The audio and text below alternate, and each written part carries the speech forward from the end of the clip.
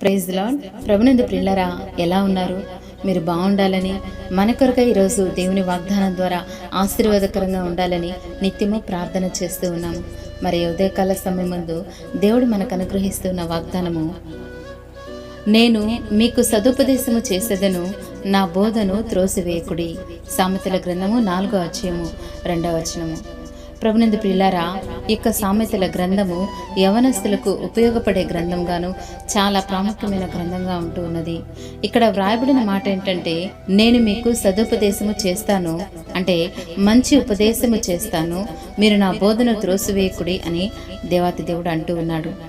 మరి ప్రపంచవ్యాప్తంగా దేవుని మాటలు ప్రకటించబడుతూ ఉంటే కొంతమంది ఆ మాటలను హృదయంలో పెట్టుకుంటారు, మరి కొంతమంది అయితే ఆ మాటలను పక్కన పెడుతూ ఉంటారు. పిల్లారా, వీరు దేవుని మాటలను వింటారు కానీ హృదయంలోకి తీసుకోరు. అందుని బట్టే కదా వారి జీవితాలు మార్పు లేని జీవితాలుగా, మరి దేవునికి మహిమ రాని బ్రతుకులుగా చాలామంది కనబడుతూ ఉన్నారు. కారణం, వారు బోధను వింటారు, విన్న వాటిని త్రోసివేస్తారు. మరి దేవుని మాటలను ధృవీకరించే స్వభావము చాలామంది కనబడవచ్చేమో.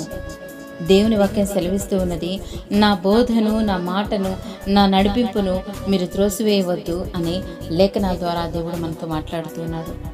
మరి ఆయన మాటలు వింటే విశ్వాసం కలుగునని, ఆశీర్వాదం వచ్చునని, ఆరోగ్యం ఉందనని బైబిల్ లేఖనాల ద్వారా చెప్తూ ఉన్నాడు. ప్రియులారా, నీవు ఆశించింది, నీవు దేవునికి విన్నవించుకుంటూ ఉన్నది, ఆ ఆశీర్వాదాలన్నిటికీ కూడా ప్రధానమైన కారణము దేవుని మాటలకు లోబడటం అయి ఉండాలి. దేవుని నామానికి మహిమ కలుగును గాక.